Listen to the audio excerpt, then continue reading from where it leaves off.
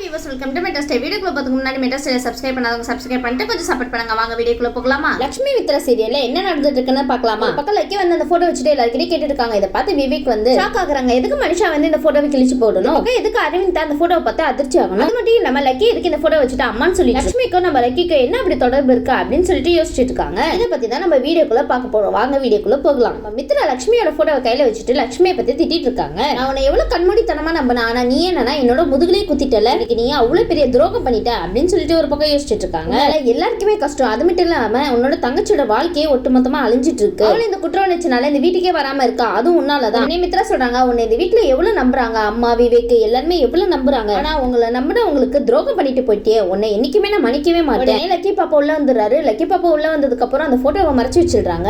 மித்ரா ஒழுங்கா அந்த போட்டோவை வச்சாங்களா, ஒழுங்கா பர்ஸ்ல போட்டோ வைக்காம கீழே விழுந்துருது அந்த போட்டோ. உடனே லக்கி பாப்பா கிட்ட கேக்குறாங்க, என்னமா உனக்கு தூக்கம் வரலையா அப்படின்னு சொல்லி கேட்டுக்கும் போது, இல்ல எனக்கு தூக்கம் வரலையே, எனக்கு என்னமோ உங்க கூடயே தூங்கணும்னு ஆசையா இருக்கு, அதனால தான் நான் இங்க வந்தேன் அப்படின்னு சொல்லிட்டு இருக்காங்க. என்ன கதையெல்லாம் நல்லா சொல்றீ அப்படின்னு சொல்லிட்டு இருக்கும் போது, இல்ல உண்மையா நான் உங்க கூட தூங்கணும்னு ஆசைப்படுறேன், உங்க கூட தூங்கணும்னு ரொம்ப ஆசையா இருக்கா, ஆனா எனக்கு வந்து ஒரு கதை சொல்லணும், சொல்லுவீங்களா அப்படின்னு சொல்லி கேட்டுட்டு இருக்காங்க. கதை சொல்லணுமா அப்படின்னு கேட்ட உடனே, ஆமா எனக்கு கதை சொல்லணும், எனக்கு அப்பா நான் எவ்வளவு பிடிக்கும் தெரியுமா என்னென்னவோ சொல்லி மித்ரா ஒத்துக்க வச்சிடறாங்க. மித்ராவும் மனசு இறங்கி, வா உனக்கு கதை தானே வேணும், சூப்பரான கதை சொல்றவா என் கூட அப்படின்னு சொல்லிட்டு பக்கத்துல உட்கார வச்சுட்டு கதை சொல்ல ஸ்டார்ட் பண்ண போறாங்கப்பா. அதே இந்த பக்கம் பார்த்தா லட்சுமிக்கு பார்த்தா நம்ம ஜுன்னு வந்து கேக்குறாங்க, அம்மா எனக்கு ஏதாவது ஒரு கதை சொல்றீங்களா, அதான் எனக்கு நல்லா தூக்கம் வரும் அப்படின்னு சொல்லிட்டு ஒரு பக்கம் ஜுன்னுவும் சொல்றாங்கப்பா. நம்ம லட்சுமியும் ஜுன்னுவை மடியில போட்டுட்டு கதையும் சொல்ல ஸ்டார்ட் பண்றாங்க. எனக்கு ராஜா கதை சொல்றாங்க. அந்த ராஜா கதையை கேட்டுட்டு ஜுன்னுவும் தூங்கிடுறாங்க. லக்கியும் கதை கேட்டுட்டு தூங்கிடுறாங்க. ஒரு பக்கம் குருஜி தான் காமிக்கிறாங்க. எல்லாருமே தூங்கிட்டு இருக்கும் போது ஒரே இடி மின்னலுமா இருக்குதுப்பா. அந்த இடியை பார்த்து குருஜி வந்து பதறி போய் எந்திரிக்கிறாங்க. ஒரு பக்கம் காத்தெல்லாம் வேகமா வீசுது. உடனே குருஜி வந்து சொல்றாங்க, என்னது இது இந்த சோதனை அப்படின்னு அம்மனை பார்த்து கேட்டு இருக்காங்க. இது யாருக்கான அறிகுறி தெரிஞ்சுக்கலாமா, இதை பார்க்கும்போது ரொம்ப பயமா இருக்கே அப்படின்னு சொல்லிட்டு நம்ம குருஜி வந்து அம்மன் கிட்ட கேட்டுட்டு இருக்காங்க.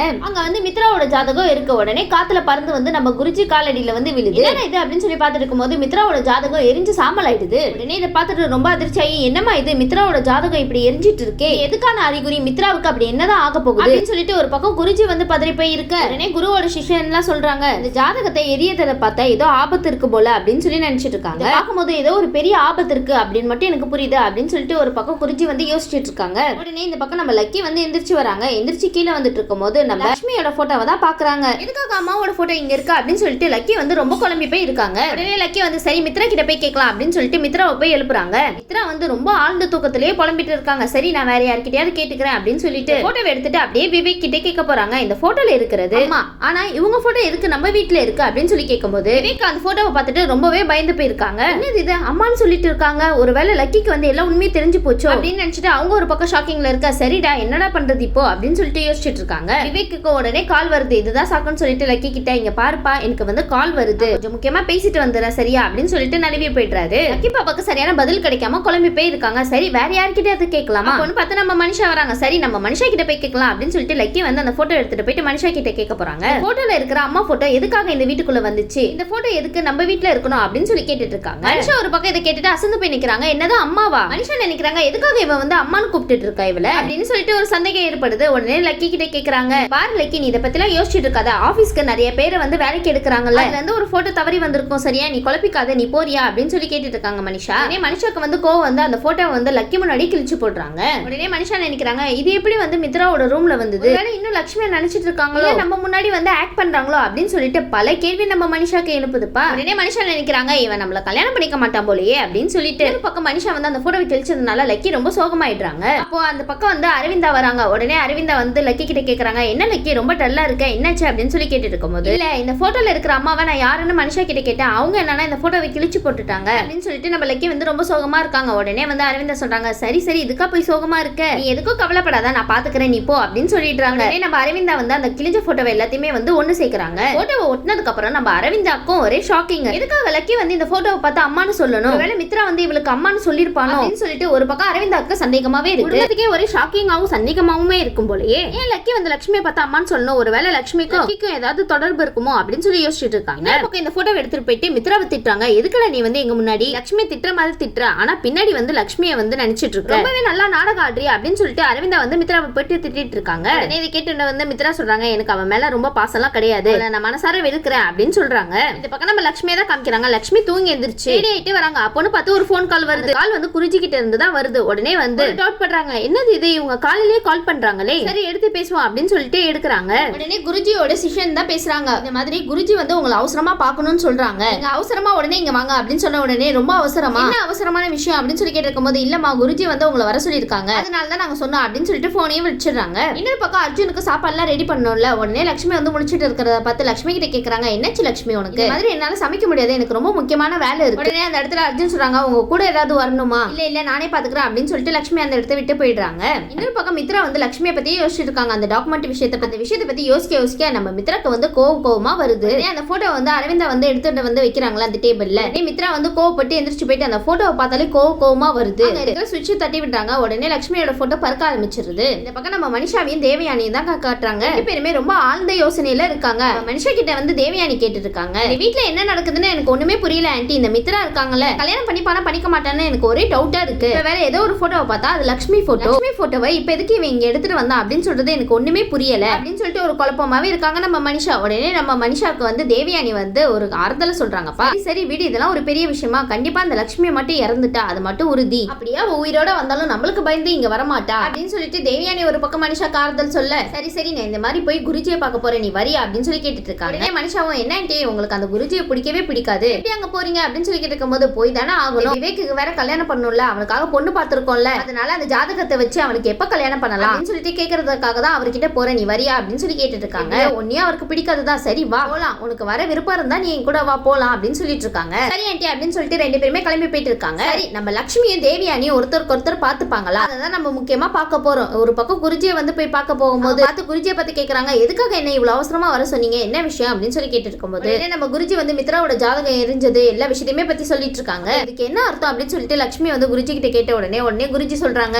எப்படி பல கேள்விகள் வந்து உன் மனசுல இருக்கோ அதே மாதிரிதான் என்னோட மனசுலயும் இருக்கு. அது மட்டும் இல்லாம இப்ப மித்ராக்கு வர கண்டம் யாருனாலுமே அவனை காப்பாற்றவே முடியாது, அப்படியேப்பட்ட பெரிய கண்டம் தான் லட்சுமி வர போது இப்போ அப்படின்னு சொல்லிட்டு இருக்காரு நம்ம குருஜி. அதனாலதான் இந்த விஷயத்தை பத்தி உங்ககிட்ட உடனே சொல்லி ஆகணும் அப்படின்னு சொல்லிட்டு உன்னை வர வச்சேன் அப்படின்னு சொல்லிட்டு இருக்காரு நம்ம குருஜி. இதை கேட்டு லட்சுமி ரொம்ப பதறி போயிடுறாங்க. என்ன குருஜி சொல்லிட்டு இருக்கீங்க, எப்படியாவது அவருக்கு எதுவுமே ஆகாம காப்பாத்துங்க, நீங்க நினைச்சா கண்டிப்பா முடியும் அப்படின்னு சொல்லிட்டு இருக்காங்க. உடனே குருஜி அவர் கையில இருக்கிற ஓலைச்சுடி எடுத்து பார்த்துட்டு இருக்காங்க. சரி என்ன பண்ணலாம் ஏது பண்ணலாம் அப்படின்னு சொல்லிட்டு நம்ம மனிஷாவையும் தேவயானி தான் காமிச்சிட்டு இருக்காங்க. மனிஷா கிட்ட வந்து தேவயானி சொல்லிட்டு இருக்காங்க, அங்க வந்து கொஞ்சம் அமைதியா இரு, ஏற்கனவே குருஜி உன் மேல செம்ம கோவத்துல இருக்காரு, நீ பண்ணி வச்ச காரியம் அப்படி தெரியல உனக்கு அப்படின்னு சொல்லிட்டு இருக்காங்க. ஏன்னா குருஜியை கடத்தி என்னென்னமோ பண்றாங்க விஷயத்தினால மனுஷ மேல ரொம்ப கோவமாவே இருக்காரு நம்ம குருஜி, அதனால கொஞ்சம் அமைதியா இரு அப்படின்னு சொல்லிட்டு அந்த இடத்துல தேவயானி வந்து சொல்றாங்க. உடனே குருஜியோட இடத்துக்கு அவங்களும் போயிட்டாங்க. உடனே அந்த இடத்துல இருக்கிற சிஷ்யர் எல்லாம் தடுக்கிறாங்க, அம்மா இப்போதைக்கு நீங்க உள்ள போக முடியாது, ஏற்கனவே உள்ள ஒரு அம்மா இருக்காங்க, அதனால நீங்க கொஞ்சம் காத்துருங்க. உடனே வந்து யாரை பத்தி என்ன சொல்றேன், நாங்க எல்லாருமே நந்தன் ஃபேமிலி மட்டும் வந்தா குருஜி வந்து உடனே உள்ள விட்டுருவாங்க, அவங்கள பாக்குறதுக்கு அனுமதி ஒண்ணு நீ கொடுக்க தேவையில்ல அப்படின்னு சொல்லிட்டு இருக்காங்க. அப்படின்னு சொல்லிட்டு ரெண்டு பேருமே அவங்க சொல்றதை கேட்காம உள்ள போயிடுறாங்க. பக்கம் நம்ம லட்சுமி வந்து குருஜி கிட்ட பேசிட்டு இருக்க, இன்னொரு பக்கம் லட்சுமி ஒரு கண்ணாடி வழியா அந்த மனிஷாவையும் தேவயானியும் பார்த்துட்டு ரொம்பவே ஷாக் ஆயிட்டாங்க. உடனே லட்சுமி என்ன பண்றாங்கன்னா உடவே எடுத்து மூஞ்சில போட்டுக்கிறாங்க.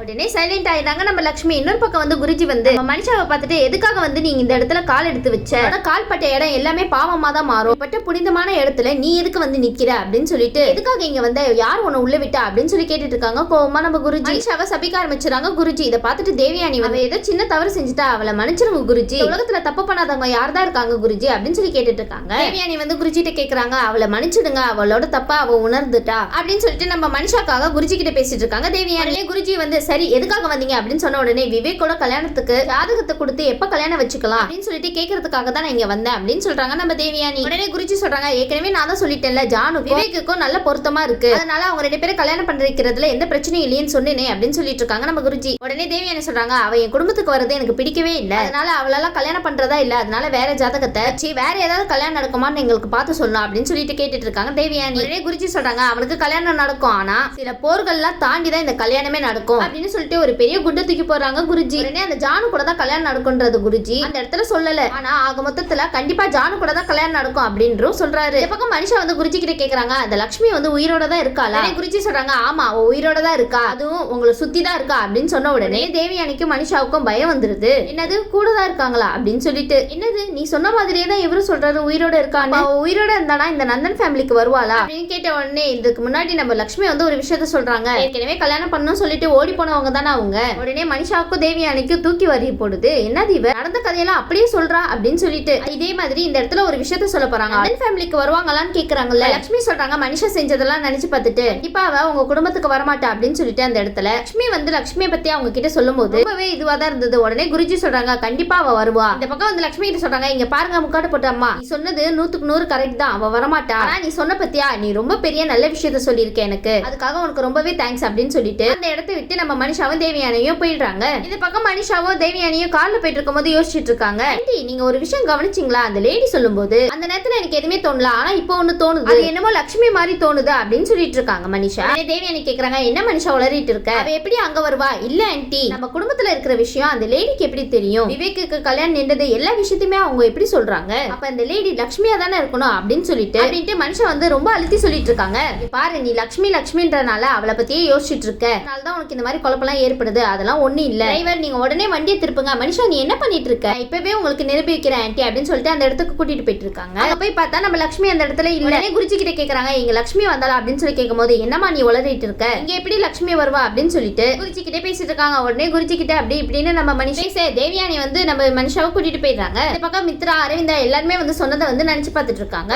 லக்கி வந்து மித்ரா கிட்ட வந்து பேசிட்டு இருக்காங்க. அந்த போட்டோ ஒண்ணு வச்சிருந்தீங்களா, அந்த போட்டோ வச்சு நான் எல்லார்கிட்டயும் கேட்டுட்டு இருந்தேன், அவங்க யாருன்னு, அந்த அம்மா போட்டோ எதுக்காக இங்க வந்துச்சு அப்படின்னு சொல்லிட்டு நம்ம மித்ரா கிட்ட நம்ம லக்கி கேட்டுட்டு இருக்காங்க. உடனே மித்ராக்கு அதிகமா கோவம் வந்து உடனே லக்கி இவங்க திட்டினதோட லக்கி வந்து கோவமா போயிடுறாங்க. இந்த பக்கம் அரவிந்தா வந்து திட்டுறாங்க நம்ம மித்ராவை, எதுக்கு குழந்தைகிட்ட போய் உன்னோட கோவத்தை காமிக்கிறேன்னு சொல்லிட்டு அரவிந்தா ஒரு பக்கம் மித்ராவை கோவப்பட்டு திட்டிட்டு இருக்காங்க. இன்னொரு பக்கம் லக்கியோட சவுண்ட் கேட்டுட்டு நம்ம மித்ராவும் அரவிந்தாவும் ஓடிட்டு இருக்காங்க. போய் பார்த்தா நம்ம லக்கிக்கு கால்ல அடிபட்டு ரத்தம் வந்துட்டு இருக்கு. இதை பார்த்து அரவிந்தா கேக்குறாங்க என்னமா நீ பார்த்து வர மாட்டியா, இங்க பாரு எவ்வளவு ரத்தம் வருதுன்னு. இன்னொரு பக்கம் மித்ரா வந்து துடிச்சு போய் லக்கி கிட்ட கேக்குறாங்க ரொம்ப வலிக்குதா அப்படின்னு சொல்லிட்டு. எனக்கு கால்ல அடிபட்டது கூட வலிக்கலப்பா, நீங்க பேசுனீங்கல்ல அந்த வார்த்தை தான் எனக்கு ரொம்பவே வலிக்குது, ஏன்னா இத்தனை வருஷத்துல என்ன ஒரு நாள் கூட நீங்க திட்டினதே கிடையாது, ஆனா இன்னைக்கு நீங்க என்ன திட்டும் போது ரொம்பவே ஹர்ட் ஆயிடுச்சுப்பா அப்படின்னு சொல்லிட்டு ஓன அழ ஆரம்பிச்சாங்க நம்ம லக்கி. இன்னொரு பக்கம் வந்து மித்ரா வந்து இதெல்லாம் கேட்டுட்டு ரொம்ப வருத்தப்படுறாருப்பா. மித்ரா வந்து லக்கியை வந்து கட்டி பிடிச்சிடுறாங்க. இந்த பக்கம் பார்த்தா நம்ம ஜுனுவை தான் காமிக்கிறாங்க. இன்னும் வந்து லட்சுமி வரதை பார்த்து அம்மா நீ கால்ல இருந்து இங்க தாமா போனேன், ஸ்கூலுக்கு கிளம்பணுமா. லட்சுமி வந்து ஜுனுவை வந்து ஸ்கூலுக்கு கிளப்பி கூட வரணும் அப்படின்னு சொல்லிட்டு லட்சுமி எல்லாருமே வந்து ஜுனுவை ஸ்கூல்ல விட போறதுக்காக கூட்டிட்டு போற வழியில நம்ம லக்கி நம்ம ஜுனு கால் பண்றாங்க. அப்ப லக்கிக்கு அடிபட்டது வந்து ஜுனு கேள்விப்பட்டுட்டு என்னாச்சு அவளுக்கு அப்படின்னு சொல்லி கேட்க உடனே அரவிந்தா வந்து எதுக்கு இவன் வந்து இப்படி பதறான் அப்படின்னு சொல்லி கேட்டுட்டு இருக்காங்க.